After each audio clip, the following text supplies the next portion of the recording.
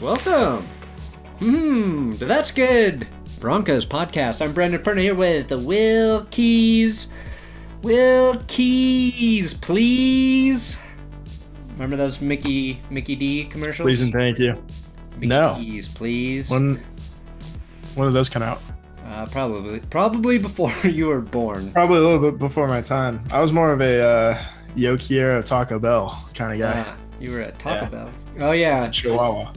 I think my wife Jess had the. She mentioned sometimes she had that shirt. She had the Taco Bell shirt. Yo quiero. Sounds like a good shirt. Taco Bell. I had these Subway shirts that nobody could get because my neighbor used to run a bunch of them, and it was just like this cartoon dude shoving a foot-long sub in his mouth, and it said something like "Put a foot in your mouth." Not a cartoon of Jared Fogle, I hope. No, it was before. Yeah, it was before Fogle, and I remember I had like multiple of those shirts, and when I switched schools in middle school to Kansas, this popular kid, his name will not be mentioned. Give us a do like the Spoonerism where you switch the first letter of his first name with the first letter of his last name. I don't think that works either. No, well, then it turns into my mom's name, which is kind of weird. Anyway, really? He was like, because like I hated him after a while because he was a douche. But I hate him too. Fuck he, him. I was trying to like be friends with him because I was like, oh yeah, this is one of the cool kids. I want to be friends with the cool kids. And he's like, that shirt's hilarious. And I was like, oh yeah, I have more of them if you want one. He's like, fuck yeah. And I brought him one, and then like he never hung out with me after that. I was like, oh, this asshole. This asshole just robbed me of a Subway shirt, of a really cool Subway shirt. Man, it'd be like if people just bought our shirts and then stopped watching. Yeah. Which is the opposite of what they do. Yeah. And he was starting running back ahead of me, and I was better than him, and I hated it. Why did you start over? But then they made me a quarterback, and all we ran was the option, and I had the option to pitch it to him or run it, and I just fucking kept it about 90% of the time. I'm guessing you declined that option. Yes, I did. All right, today's episode brought to you by DraftKings Sportsbook, America's top-rated sportsbook app. Use code DNVR when you sign up to take advantage of their offers. And you know my coffee company, Benchwarmer Brew. Follow us on our Twitter account, @BenchwarmerBrew. We're on Instagram, too. Will and I are doing all those tweets there. And we're starting to put out some bangers, as the kids say. We might just turn it into a Let's Hate on Troy Aikman Twitter account. Yeah, it's turning into a Troy Aikman hate account, partially. If you're a Cowboys fan, please don't take it personally. I could tell one person in the replies is already a little bit miffed yesterday. This is not a commentary on Troy Aikman. I just think it's funny that he only threw like 150 touchdowns. Yeah, Aikman's stats not impressive. We all know like he's a Hall of Fame. Like we know why he's in the Hall of Fame and Jeff George isn't. But it's just funny to point those things out. Yeah, and I enjoyed Troy Aikman. I enjoy him in the booth. I enjoy his honesty from time to time. But it's like a Jimmy Kimmel, Matt Damon thing. Yeah. It's kind of like that. It's like remember when Jimmy Kimmel was funny? Yeah. It's like that. Yeah. He's not funny anymore, you're saying? I don't know. I watched him for like 5 minutes last night. Weren't impressed, huh? Wasn't impressed. I'm a Letterman guy. And Conan. Well, I've been to Jimmy Kimmel's show live. Oh yeah? Yeah. They do it live? Well, my parents my buddy worked there, and he got us passes. My parents got to watch the show live, and then we just were... So two people that worked for Jimmy Kimmel. Damashek. Oh, yeah. And your friend. I've got a lot of Kimmel connection, so I'm not going to say he's not funny. I think he's hilarious. Probably the funniest late night guy, except for Conan. Conan is the all-time best. Yeah. I'm gonna put Larry Sanders fictional late night show. Dunks on Sanders. He dunks on Letterman, and he crushes him. Anyway, today, Matthew Judon threatening to blackmail reporters with stripper photos. Probably a story I'll have to do on That's Good Sports because it's pretty good. We've got some Juwan James weird tweets. Von Miller's investigation completed. Tim Patrick got PFF to correct something on Twitter. But first, I wanted to update everybody. Not update, just tell a story. Because Wilkie's brought the no risk it, no biscuit Bruce Arians saying to my attention. It escaped me somehow. And then I was watching the Super Bowl with my wife and my baby, and during the broadcast they said no risk it, no biscuit, and she laughed out loud at that. And so I explained like what it was to her, and like it's just something that stuck. So now anytime like we're trying to make a decision on whether to do something or not, she's like, no risk it, no biscuit. Like, for example, our baby will, when we put it down, she'll migrate up to the top of her crib or right to the side, and we know she'll start banging her head. But we're debating whether like to pull her Just back. Getting ready to play football. And yeah, exactly. My baby has CTE. So we're like, already. Do we pull her back in position in hopes that it doesn't wake her up throughout the night at the risk of like waking her up? And Jess was like, should I go do it? I was like, I don't know. Because she had not been sleeping well recently. And she goes, fuck it. No risk it, no biscuit. And just walked off to go adjust the baby. I was like, oh man, this saying will never die in this household ever again. It'll be a part of my life. I heard it from some guy in my science class back in high school. And it stuck with me. I heard Bruce Arians say it. I'm like, oh, I've heard that before. Yeah, so that saying's been in my life for 10 years now. Yeah. Yeah. It's a good saying. I mean, he obviously didn't invent it, but... Yeah, it's better than, like, YOLO. That was lame. Although that's... we say that a lot, but only as we're quoting Oscar Martinez from The Office. Do you know the scene I'm talking about? Like... That sounds like a later season. Yeah, they're all drinking the... they're testing all of the Nespresso pods, and like he just yells out YOLO and does like this weird dance, and it's just another saying in the house. You guys have a lot of saying for taking risk. Yeah, risk takers. When you don't leave the house ever, you got to entertain yourselves. Mm-hmm. So. Sure. Anyway, explain to me this Matthew Judon thing. Yeah. So I guess this is the best way to put it, is that Matt Judon got franchise tagged last year. Right. And according to ESPN reporter Jamison Hensley, he underperformed Judon. And then Judon turned down a deal, according to the report, which would have paid him $16.5 million a year, which is the same as Zadarius Smith in Green Bay. So that sounds like pretty fair, pretty lucrative. Not Jamison Hensley. Matthew Judon came back and said, like, that's a lie. That's not true. And you're trashing me. So if you don't apologize, like if you don't use your ESPN platform to apologize to me, I'm going to leak photos I got with you in the strip club.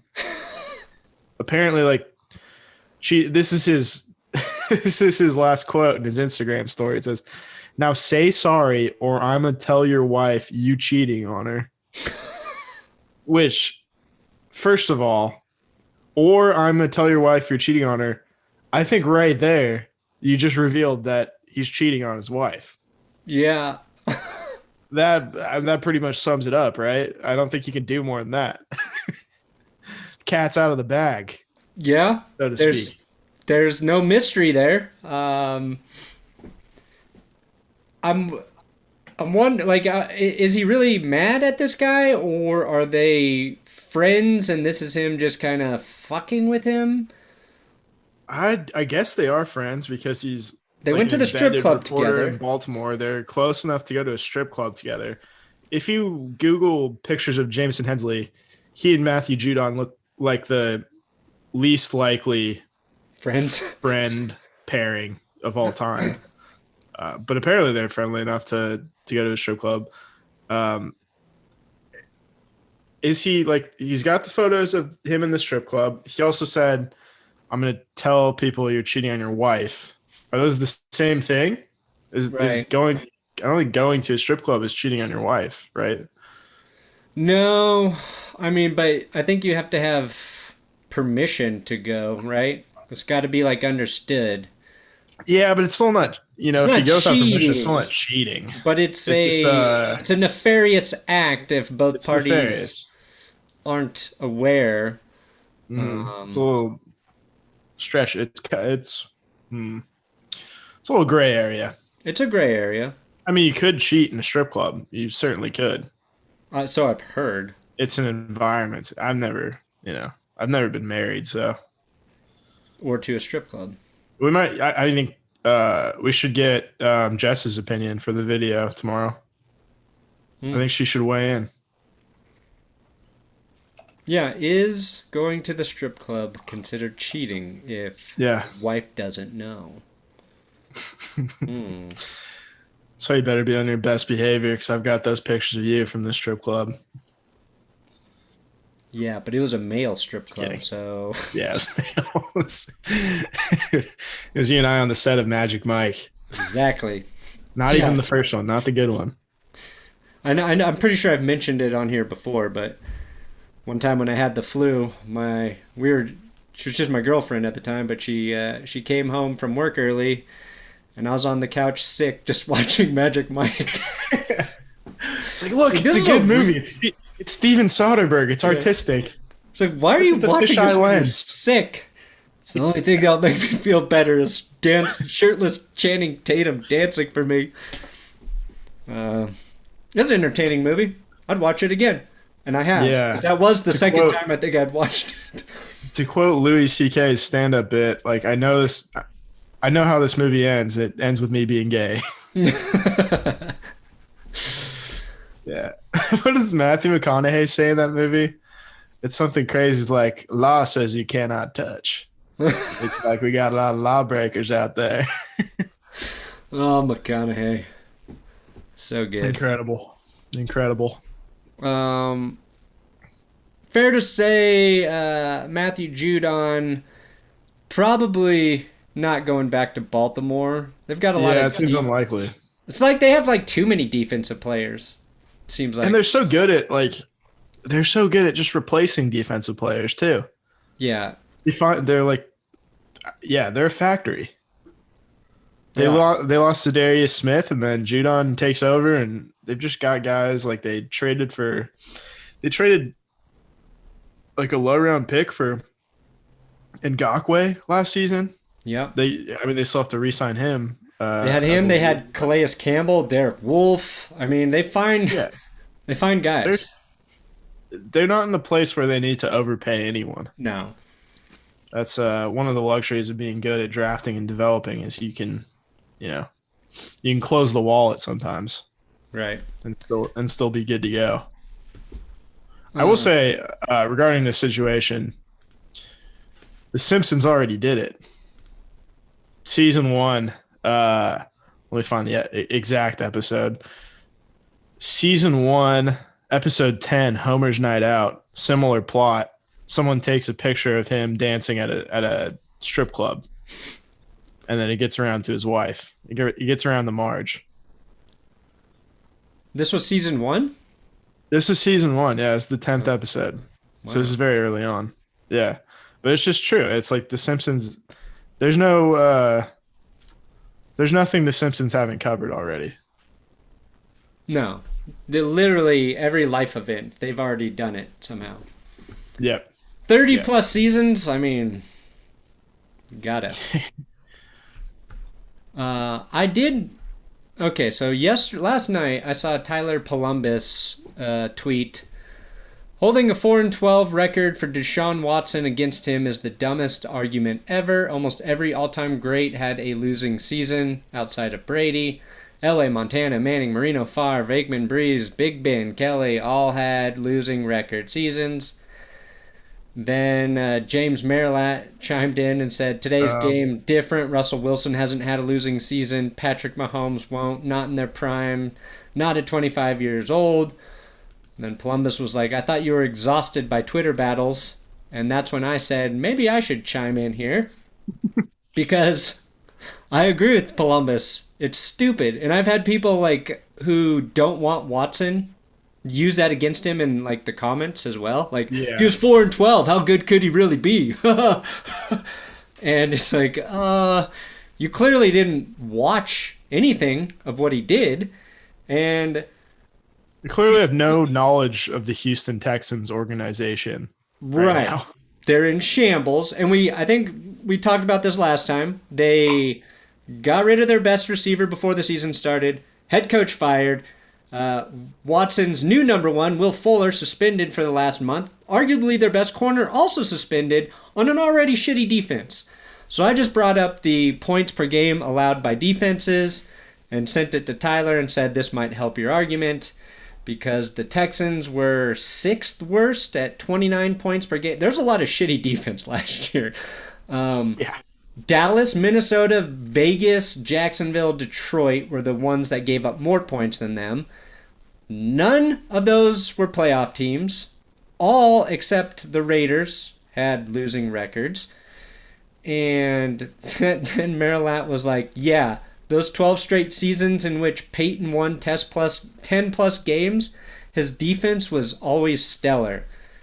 And so then I was like, I looked up Peyton Manning's stats. It was better than that. It was better than the Texans defense. Yeah, definitely better than the Texans defense. That wasn't what I was saying.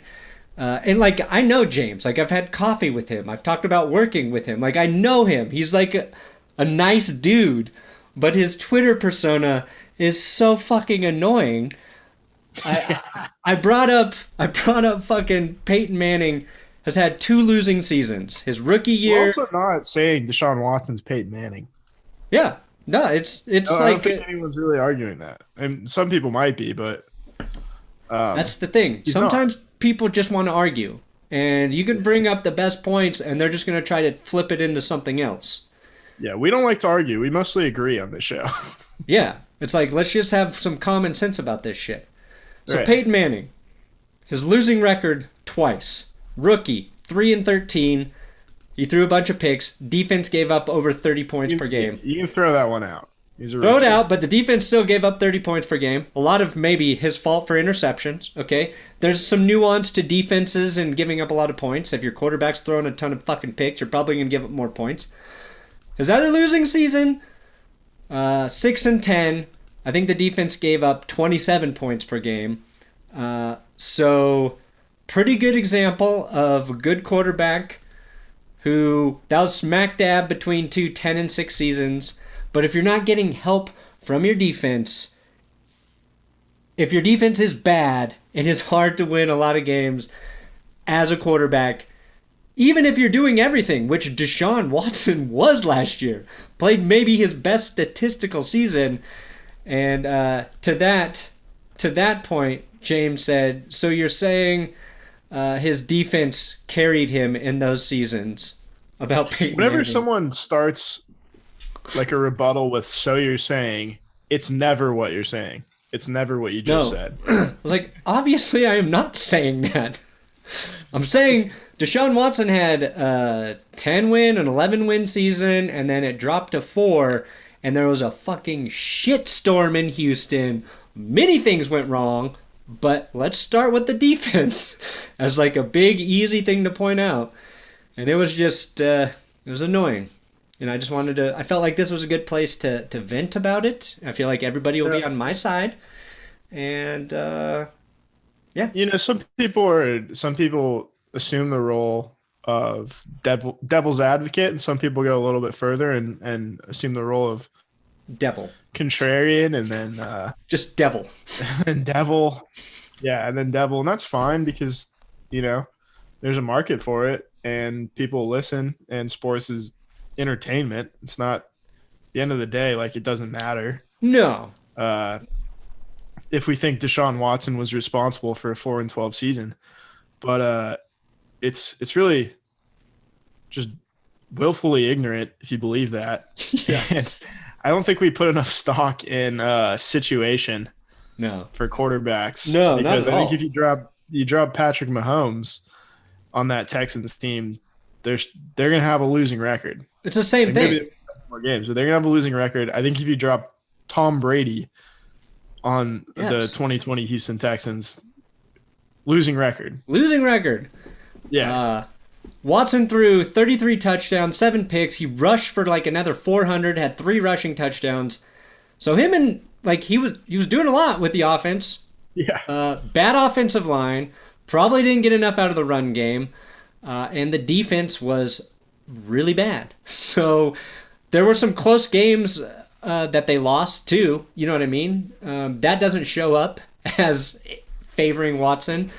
It's shocking too that he was that efficient when he had to play catch up so many times. And Yeah, had that's to the thing. do Like shitty defense. Like if Phillip he threw Rivers, like 20 interceptions with that defense, you'd be like, well, yeah, he had to take chances. yeah, no, he was good. He was safe with the football. Yeah, and I don't blame him. He's like, I'm just gonna play my own game, and Yeah. whatever the defense does, they do. No, I was thinking like, you know, NFL quarterbacks, there's probably like 10% of them, 10 or 15% of them you can put anywhere and they're going to be good. And then there's like 75% of them, they need like the right situation and right coach, you know, right system, and they have a chance to be really good.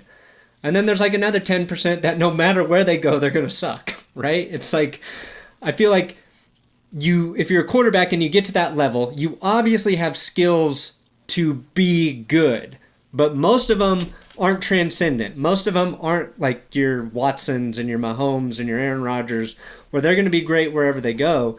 And even when they are great, doesn't mean the team's going to be great, but those guys need to be put in good situations to succeed, because in the NFL, everybody's fucking good. Your competition's all good. Everyone. Like, There's not your a bad single defenses bad are football tough. player in the NFL. Yeah, Not one. exactly. Yeah, but there's a lot of bad. There's bad owners and there's bad executives, and they all happen to congregate in Houston. They all like Texas. They all love Texas. Yeah. So I don't think you should hold the 4-12 season against Deshaun Watson. I think if he, had a history of like other, losing records there his whole time, and he's still putting up those numbers, then you might be onto something. But when the team around him has been stable, he takes them to the playoffs. Yeah, and his rookie season, he tore his ACL, right? Yeah, he was on pace for an incredible rookie season.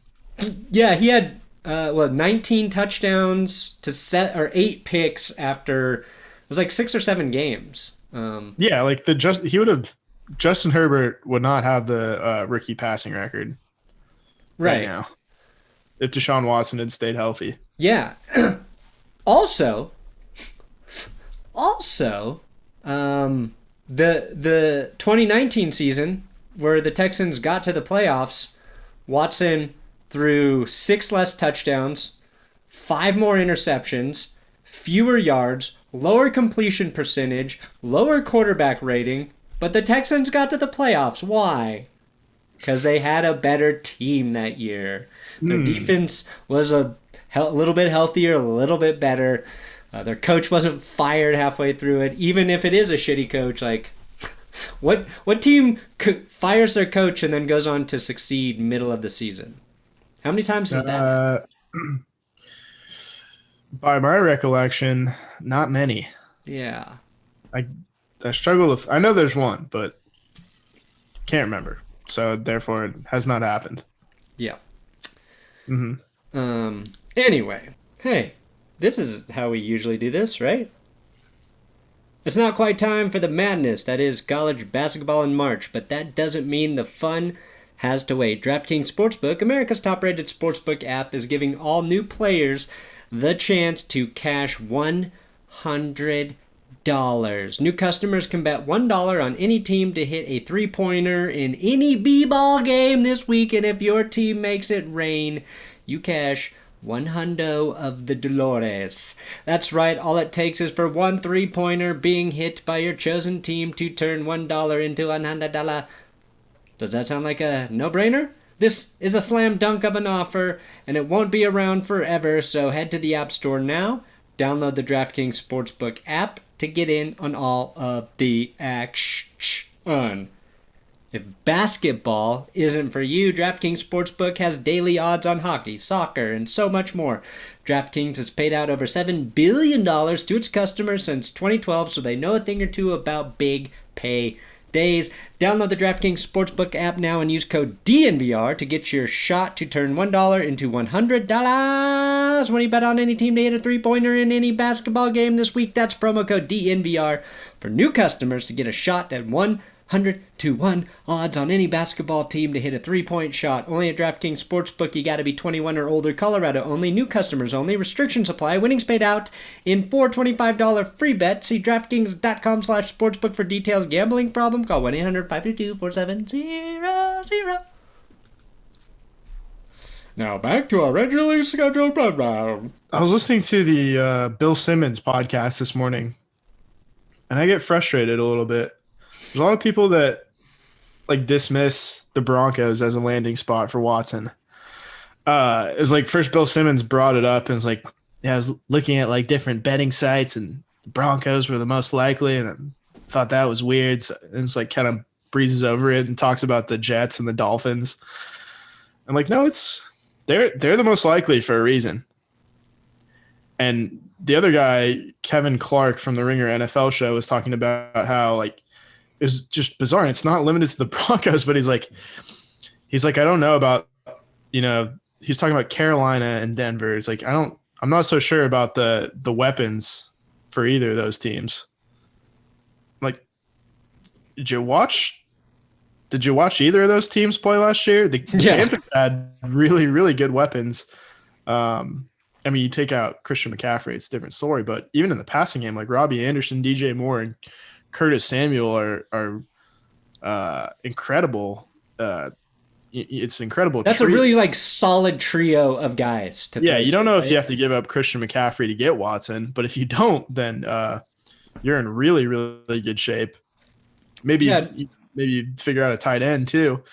And then the Broncos, I don't know if you can – if you take the two running backs, the top – 4 wide receivers, throw in Cortland Sutton there, and the top 2 tight ends in Fant and Okwuegbunam. I don't know if there's a better situation anywhere, considering like the depth across all of those 3 positions. I throw in the Chiefs because like no one knows who the Chiefs' second tight end is, right? And no one cares about their running backs. Right. It's assuming Jerry Jeudy gets better his second season, Albert O eventually comes back healthy, and the rest of the guys stay healthy, then there's like no question in terms of which teams may be in play for him. They have the most appealing offense, and their offensive line is no longer like this big, like gaping hole that quarterbacks don't want to play behind, right? Like offensive line. Yeah, they held up pretty well. Good enough. Year. Pretty good. Garrett Bowles was like one of the best tackles in the league. So they're, from an offensive standpoint, yes, they're more appealing than the Panthers. They're definitely more appealing than the Jets, and they're more appealing than the Dolphins. Although I think like the Dolphins, I think they have some underrated receiving targets there. Preston Williams got hurt, and then I think Devontae Parker's really good, and I like Mike Gesicki at tight end, and I forget the name of their second tight end who I think had a better season than Mike Gesicki this last year. So there's people there, but Watson was making it work with Fuller, Kiki Cutie, Brandon Cooks, Randall Cobb, like Yeah, no one can even name their tight end either. Yeah. Jordan Akins, maybe. Is it still CJ Fedorowicz? Yeah. I think Owen Daniels was catching passes for them last season. Yeah. So yeah, I hope he does land there, just so those guys look like idiots. But obviously the Jets and Dolphins are talked about because they have a lot of draft capital and cap space and this other shit. So that's what makes sense to people. Whether or not you would assume they might give up that to get Watson, because at least the Jets they're going to be in the quarterback market. I can't imagine they come in and go, yeah, Sam Darnold's definitely our guy. Even though they'll explore for sure. Yeah, there's because Darnold was bad last year, and it's hard to say his potential was ruined just by Adam Gase. Fresh set of eyes and new people, they're probably going to want to go in their own direction. Not to try and shit on Darnold because he's younger than Drew Lock still. He has a chance somewhere. He has 4 years of NFL experience, and he's still younger than Drew Lock. Would you, if you're Indy, would you rather have gotten Sam Darnold than Carson Wentz? If I had a different head coach, yeah. I think it's just I think Frank Reich believes in Carson Wentz. So you've got to trust your head coach, I guess, in that situation. But oh man, it's hard for me because what Wentz has that Darnold doesn't is he's played really good football at the NFL level consistently. So to me, that's always the thing that I would use as my default if I were making a decision. Same reason we defended Baker Mayfield even though he played bad, not last year but the year before. It's well, he had a really good rookie season, and yeah, rookies can start hot, but he played really well. I think if you can do it once, you can repeat it. For guys you haven't seen it from, there's just a much bigger question mark there. So that's where it gets dicey. Yeah, absolutely. You've at least seen Wentz do it. You're banking on Darnold to do something he's never done, but you're also you're banking on Wentz to, break out of his habits from last year. So both are risky, but at least you've seen that Carson Wentz can do it. At a really high level and then at a good level for 2 seasons. Yeah, it's also when you take a quarterback who's played behind a bad offensive line and then you put him behind a good offensive line, you feel they're just going to naturally play somewhat better just based on that alone. But then there are quarterbacks who make offensive lines look bad. Joe Flacco. Exhibit A. Exhibit Joe Flacco. And you can make an offensive line look better than it is. Yeah. Too. Peyton Manning. Drew Lock, whatever you want to say about Drew Lock, he usually makes offensive lines look pretty good. Yeah, because he doesn't get sacked. Yeah. He's got that part of his game down. Now, speaking of weapons, we didn't even mention Tim Patrick. So, Tim Patrick quote tweeted Pro Football Focus, which, I like Pro Football Focus because they make their information easy to consume, but we all know they have flaws. They have some big flaws. They're human. They're human. I'm not sure they make readily I don't know if they acknowledge that enough. It's they're not running these numbers through a machine. It's individual guys looking at the film and making value judgments. Exactly. Sometimes they're correct, and sometimes you'll watch a game and you'll think a guy played really well, and then they give him some shit grade because they think he missed 2 blocks that you didn't notice or some shit, right? Anyway, they put up a tweet with receivers with the lowest drop percentage. Let me pull up who the guys were.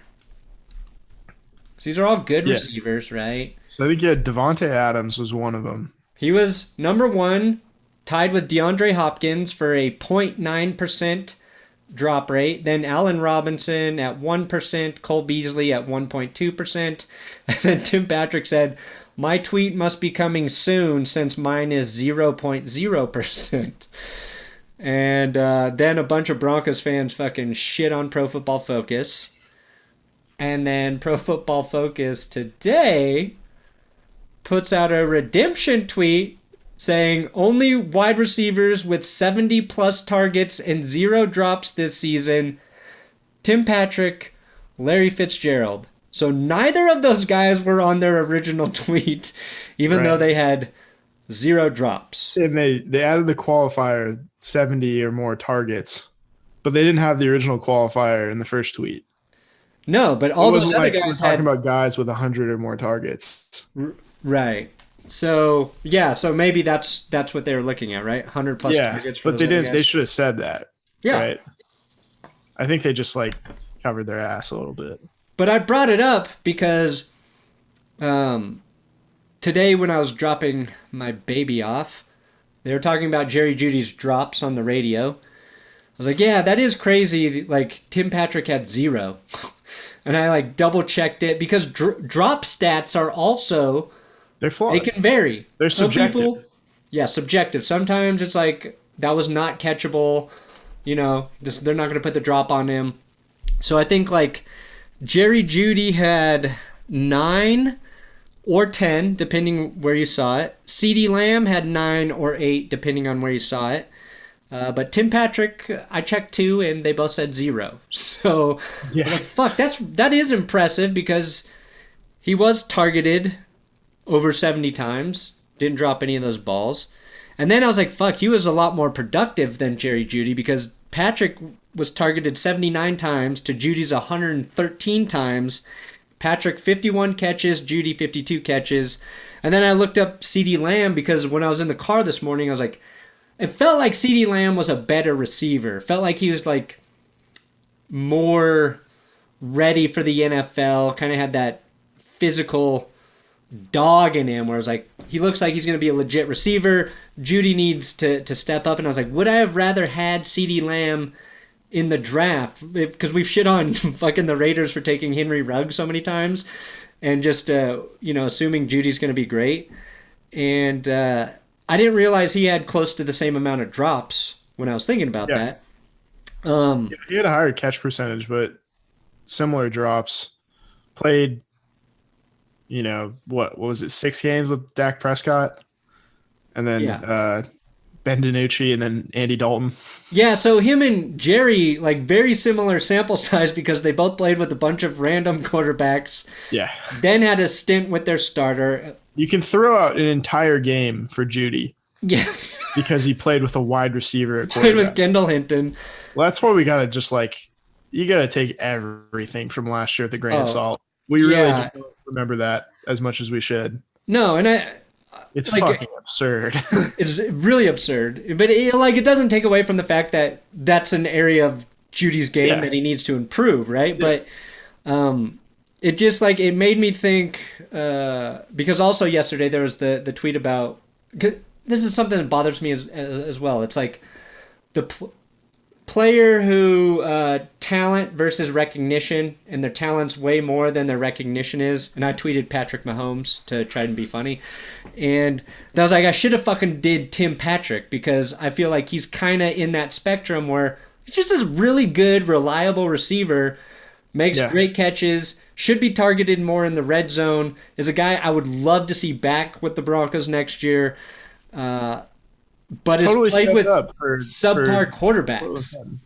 Yeah, and I think part of it too is once players get into the NFL, ideally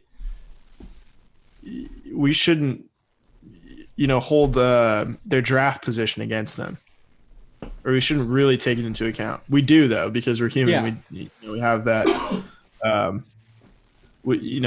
We remember the draft process, remember them in college, remember where they got taken. Tim Patrick didn't get picked in the draft. Yeah. He was an undrafted free agent out of Utah, which is like not a very, they're a Pac-12 school, but you don't think about them as producing a lot of receivers. You don't think about Utah for producing anything. Yeah. Mormons, maybe. And Salt. Just beautiful landscapes. Just beautiful landscapes, tract homes, white people. A lot of white people, not Utah. A lot of white people. Yeah, but not a lot of NFL wide receivers. If you just like, if Tim Patrick was like a third-round receiver, just third-round receiver, like we'd say like, yeah, that was a great pick. Yeah. Probably second-rounder too. Just in terms of production when he's been on the field, because he was injured a lot in 2019. Yeah. It's I think that's a good point. And he's been like that name too that's been thrown around as like who the Broncos could dump in a package to get Deshaun Watson. It's like, man, I would hate to do that to Tim Patrick. Yeah, I know. He's not like a throwaway guy. No. They signed him to an offer sheet last year because he's an RFA after 3 years because they only got a hold of him in 2018. So somebody else actually signed him as an undrafted free agent. I want to say it was the Giants, maybe. So he's actually entering year 5. But so I think that means they just have to, they have to make a decision on him. But you also don't have to pay Sutton for another year, right? Yep. Another year. You don't have to pay Jeudy for three plus the option year, and you don't have to pay Hamler for 3 years. You don't have to pay Fant for 2 years either. Yeah, they've got some time there to figure that all out. Yeah, in terms of like how the receivers got injured last year, I don't think anybody's going to complain if you add more depth. No, the Broncos had a plethora of receivers, and they could have used more in some games. Even like Tyree Cleveland ended up playing pretty well, I thought. Yeah. There's so many good players there. Where's Tim Patrick's status? I saw someone saying like the Broncos should think about taking a wide receiver like early in the draft just because of like Tim Patrick's situation. He's not signed. He's a restricted free agent, right? So they can keep him. Yes. I don't know how it works. Just depends on what they place on him, right? What tender they give him or whatever. So if it's like a second or third rounder or some shit. Yeah, situation's very tricky, I think. I'm not sure exactly how it works. Yeah. Because they should give him a deal. Then you don't have to draft a guy. You've got 2 young guys. You've got 2 young tight ends. You've got a little more seasoned Tim Patrick. Cortland Sutton comes back. Right. Let's just keep him, is my point. Let's hang on to the guy. Yeah. Why not? Okay. And finally, the Von Miller investigation has been completed, handed off to the district attorney, and we know nothing. They revealed nothing about it. We don't know any details. 0 details were said. Don't know what it's about. Not a single detail. Why he was investigated.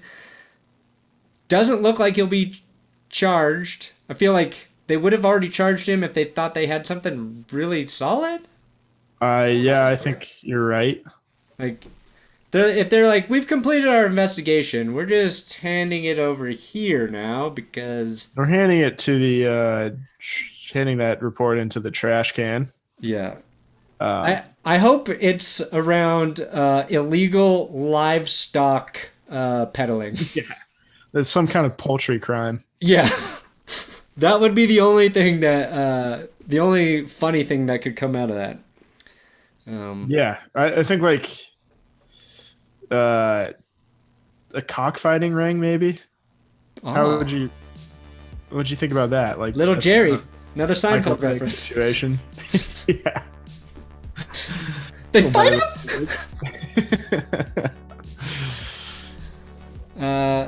But I do think it affects his leverage with the Broncos, whatever the hell it is. Yeah, it does. I'm sure the team knows.